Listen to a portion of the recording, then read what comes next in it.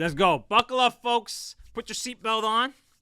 A lot of people aren't ready to hear this because you're invested in the stock market. That's your little dream to retire with the 401k, your little gold nugget. For the last 15 years, I'll give you, you've had some ridiculous success. Every moron I know is making money in the stock market. But I have a rule. If you want to be wrong, then follow the masses. I'm not invested in any stocks in the S&P 500, and I believe things are about to get much worse. You see, the stock market isn't complicated. When the government prints money, stock market goes up. When the government stops printing money, the stock market goes down. And when I'm talking about the government, I'm not talking about Sleepy Joe. I'm talking about the real government, the Federal Reserve, the central bank, the guys that print the money. You see, since 2008, the Fed has printed its way out of every problem. This is a chart that shows you their assets. Assets are a fancy way of telling you how much money they have printed. Think about it. It's a bank. They don't have any assets. They don't have anything in there.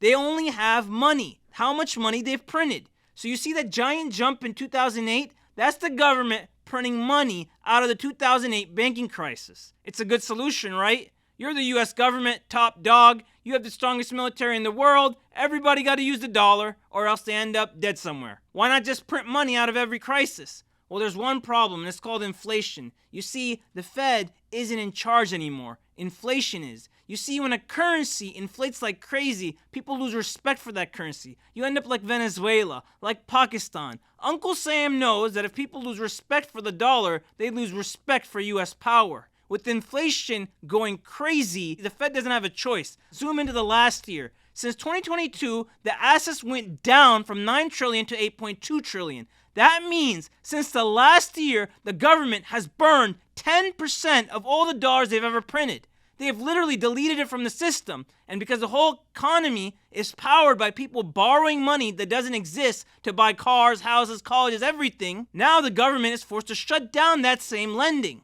That's why mortgage rates are sky high. That's why auto loan rates are sky high. The government is sending you a message. We aren't printing money anymore. Remember, the government isn't in charge. Inflation is. Just last month, the official inflation data was worse, not better. Even after all this money they deleted from the system, inflation rates still went up, not down.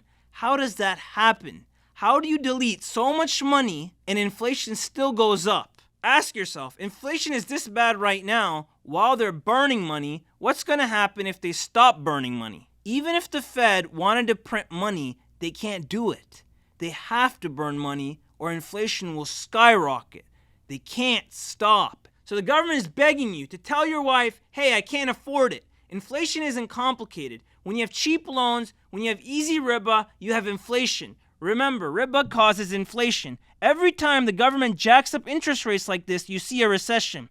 Obviously, if all the buying and selling is done on credit, and all of a sudden you cut off the credit from the system, that's going to shut down your economy because your whole economy is based on credit. So this causes a recession every single time. It doesn't take a genius. Of course, this doesn't happen the same day as the Fed hikes up interest rates. It takes time for people to run out of savings and go jobless. For the last few recessions, it took 2 years after they jacked up the interest rates. So they jacked up the interest rates starting in January 22. So do the math. 2022 plus 2 equals 2024. That means 2024 is going to be a terrible year. So what do you think is going to happen to your stock market portfolio?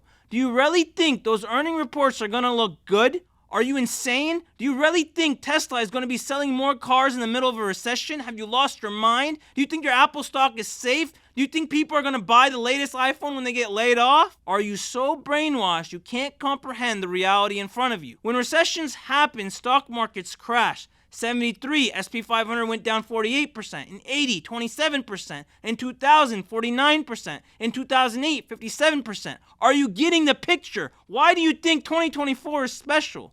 The government hasn't burned money like this. Not in the last 40 years.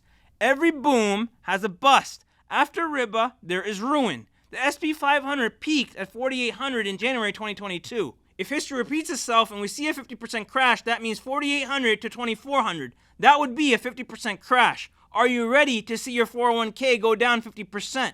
For the record, we're making this video and the S&P 500 is sitting at a comfy 4,300. Having said all this, nobody knows the future, but you should be prepared. Time will tell the truth. Allahu alam. Allah knows best. Till next time, assalamu alaikum. Trust nothing.